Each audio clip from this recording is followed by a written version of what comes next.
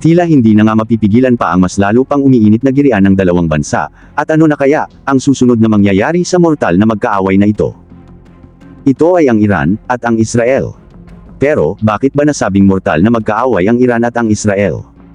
Kung hindi mo pa alam, na ang Iran, at Israel, ay dating magkaibigan at malapit na magkaalyadong bansa, noong 1900s. Sa katunayan, ay ang Iran ang pangalawang Muslim country, ang kauna-unahang kumilala sa Israel bilang isang suberanong bansa, kasunod lang ng Turkey, matapos maitatag ito noong 1948. At noong 1947, ang Iran ay kabilang din sa 13 bansang bumoto, laban sa United Nations Partition Plan, para sa British Mandate of Palestine. Pagkalipas ng 2 taon, bumoto din ang Iran upang makapasok ang Israel sa United Nations. Matapos ang pagtatag sa Estado ng Israel noong May 1948, napanatili ng Israel at Iran ang malapit na ugnayan nito sa isa't isa, at itinuring ng Iran ang Israel bilang isang malapit na kaalyado, at kaibigang bansa. Ang Israel ay nagkaroon ng permanenteng delegasyon sa Tehran, na nagsilbing de facto embassy, bago pa man napalitan ng mga ambasador noong huling bahagi ng 1970s, at nakipagkalakalan din ang Iran sa Israel ng iba't ibang produkto, tulad na lang ng langis. Ang Iran ay nagbigay sa Israel ng malaking bahagi ng mga pangangailangan nito sa langis, at ang langis ng Iran ay ipinadala sa mga iba't ibang bahagi ng Europa, sa pamamagitan ng pinagsamang Israeli-Iranian Eilat-Ashkelon pipeline. Mabilis ang kalakalan sa pagitan ng dalawang bansa, may mga Israeli construction firm at engineer din na aktibo sa Iran, may mga direktang flight din sa pagitan ng Tel Aviv sa Israel, at Tehran sa Iran. May maayos din na ugnayan ang mga militar ng dalawang bansa, sa katunayan noong 1977, ay may pinagsama pang proyektong militar ang dalawang bansa, at tinawag pa nila itong Project Flower, isang pagtatangka ng Iranian-Israeli na bumuo ng bagong missile. At dumating pa sa puntong umabot pa ang utang ng Israel sa Iran ng humigit kumulang $1 billion, ito ay may kaugnayan sa mga joint venture sa pagitan ng mga kumpanyang Israeli at ng National Iranian Oil Company. Ang ilan sa mga utang ay nagmula sa mga langis ng Iran, mga ginagawang daungan sa Israel, at ang pagpapagawa ng Trans-Israel Oil Pipeline. Ganito kaganda ang ugnayan ng dalawang bansa noong 1950s, sa panahon ng pro-Western leader ng Iran, na si Mohammad Reza Pahlavi. Si Mohammad Reza Pahlavi, at ang kanyang pamahalaan ay kilalang malapit na kaalyado ng Israel at ng mga Western country, tulad na lamang ng United States. Pero, nagbago ang lahat noong 1979, dahil napabagsak ng mga Iranian Revolutionary Rebels ang pamahalaan ni Mohammad Reza Pahlavi, at tuluyan nang bumagsak ang Pahlavi dynasty sa Iran, at ang monarkiya na pamahalaan ni Pahlavi ay pinalitan ng Imperial State of Iran, na sa kasalukuyan ay ang Islamic Republic of Iran, at ang umupong supreme leader, ay si Ayatollah Ruhollah Khomeini. Si Ayatollah Ruhollah Khomeini, ay isa sa leader ng mga factions ng mga rebelding nagpabagsak, sa pamahalaan ni Pahlavi. Ang bagong tatag na pamahalaan ni Ayatollah Ruhollah Khomeini, ay ayaw na ayaw sa Israel at sa US, dahil daw sa ang Israel at ang US ang malakas na taga-suporta ng nuoy pinabagsak nilang rehimeng Pahlavi. Ang ugnayan ng pamahalaan noon ni Pahlavi at ng Israel at US, ay mahigpit na tinutulig sa, ng nuoy mga rebelding pinamumunuan ni Ayatollah Ruhollah Khomeini. Kaya pagkatapos ng 1979, Islamic Revolution, ay ang bagong gobyerno ni Khomeini ay nagpatibay ng isang patakaran ng puot, sa Israel at US, at binansagan pa ang mga ito, na ang Israel daw ay ang Little Satan, at ang US naman ay ang Great Satan. Pinutol na din, ng Iran ang lahat ng komersyal at diplomatikong relasyon sa Israel, at hindi kinikilala ng bagong gobyerno ni Khomeini, ang pagiging lehitimo ng Israel bilang isang estado. Kaya simula noon ay ang malamig na kapayapaan sa dalawang bansa, ay napalitan na lang ng puot sa isa't isa. Mas lalo pang tumaas ang tensyon sa dalawang bansa, dahil sa mga napaulat na pagpopondo ng magkabilang panig, sa mga rebelding kumakalaban sa kani-kanilang bansa.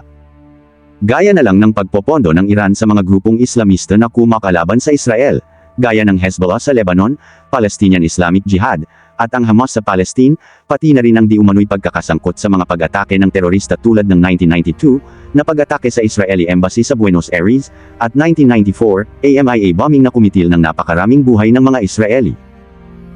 Sa kabilang banda naman, ay ang Israel ay sumusuporta naman para sa mga militanteng grupo na kumakalaban sa Iran, gaya ng People's Mujahideen of Iran, at ang grupong Jundallah, pati na rin ang di umano'y lihim na operasyon ng Israeli sa Iran, kabilang ang maraming pambobomba at pagpaslang na nagresulta din naman sa napakaraming namatay sa Iran. Mula noong 1985, ang Iran at Israel ay nasangkot na sa iba't ibang proxy conflict, at shadow war kung tawagin, at lubos na nakaapekto sa geopolitics ng Middle East. Ang direktang komprontasyon ng militar sa pagitan ng mga organisasyong Iranian at Israeli ay nagpatuloy pa, gaya noong 2006 Lebanon War at salungatan sa Syria at Yemen. Ang Iran ay nagbigay ng suporta sa Syrian government, habang ang Israel ay sumusuporta naman sa mga grupo ng oposisyon. Sa Yemen naman, ang Iran ay nagbigay ng suporta sa mga rebeldeng Houthi, habang ang Israel ay nagbigay naman ng suporta sa koalisyon na pinamumunuan ng Saudi na lumalaban sa mga rebelde sa Yemen. Ang salungatan din ng dalawang bansa ay umabot din sa mga cyber attack at mga pagsabotahe sa mga infrastruktura ng bawat isa, kabilang ang mga pag-atake sa mga nuclear facilities at mga oil tanker ng bawat isa. Bagamat matagal nang may alitan ang dalawang bansa na ito, ay wala naman na paulat na direktang gyera at pag-atake ang bawat isa sa kani-kanilang bansa, idinadaan lang nila ang kanilang mga pag-atake sa mga rebelding kani-kanilang sinusuportahan. Pero, ngayon nga lang April 13, 2024, sa kalagitnaan ng gabi ay inilunsad ng Iran ang unang direktang pag-atake nito sa mismong teritoryo ng Israel, makalipas ang halos kalahating siglong proxy conflict, ay umatake na nga ng 12 ng direct airstrike ang Iran, na tinatayang nasa more than 120 na ballistic missiles, 170 na drones, at humigit kumulang 30 na cross missile ang direktang pinalipad ng Iran patungo sa mortal nilang kaaway, ang Israel. Ang pag-atake ay tinawag ng Iran na Operation True Promise at pinangunahan ng Islamic Revolutionary Guard Corps ng Iran. Ang naturang pag-atake ay sinabayan din ng mga allies nito tulad ng Iraqi Mobilization Forces, Lebanese group na Hezbollah, at Yemeni Houthis. Sinabi ng Iran na ito daw ay bilang paghihiganti sa ginawang Israeli airstrike na tumama sa isang Iranian consular building sa Damascus, Syria, noong April 1 na ikinamatay ng mga miyembro ng Islamic Revolutionary Guard Corps ng Iran, kabilang ang dalawang senior top commander nito. At dahil nga sa airstrike na ito ng Israel sa Syria, kung saan marami ang casualties sa panig ng Iran, ay pinaghandaan na ng Israel ang posibleng paghihiganti ng Iran sa kanila, tumulong din ang mga kaalyado nitong mga bansa, at isinara nila ang kanilang mga airspace ilang oras bago pa man maglunsad ang Iran ng standoff attack laban sa Israel. Ginamit naman ng Israel ang mga air defense system nito at pinabagsak ang mga missile sa himpapawid, bago pa man ito tumama sa kanila. Ang hukbong panghimpapawid at hukbong dagat naman ng US, Britanya, at France, ay tumulong din sa pagpapabagsak sa mga drone ng Iran. Tumulong din ang Jordan, at nag-deploy ng mga navy nito upang magbigay ng radar coverage, at pinabagsak din nila ang mga missile na dumaan sa kanilang bansa, sinabi ng Jordan sa isang pahayag, na naharang nito ang mga bagay na lumilipad sa airspace nito, upang matiyak ang kaligtasan ng mga mamamayan nito, at ilang shrapnel din ang nahulog mismo sa kanilang teritoryo. Pero, dahil sa dami ng pinakawala ng Iran na airstrike, ay may iilan din na hindi naharang, hindi bababa sa Sham na Iranian missiles ang tumama sa dalawang airbase ng Israel, na nagdulot ng kaunting pinsala. Ang isa dito ay sa Nevatim Airbase sa Timog Israel, na nananatiling gumagana pa naman daw. Isa rin 7 years old na batang babae ang malubhang nasaktan at nasugatan ng bahagi ng isang missile, at 31 naman ang nagtamo ng minor injuries, habang nagmamadali ang mga ito na pumunta sa mga shelters.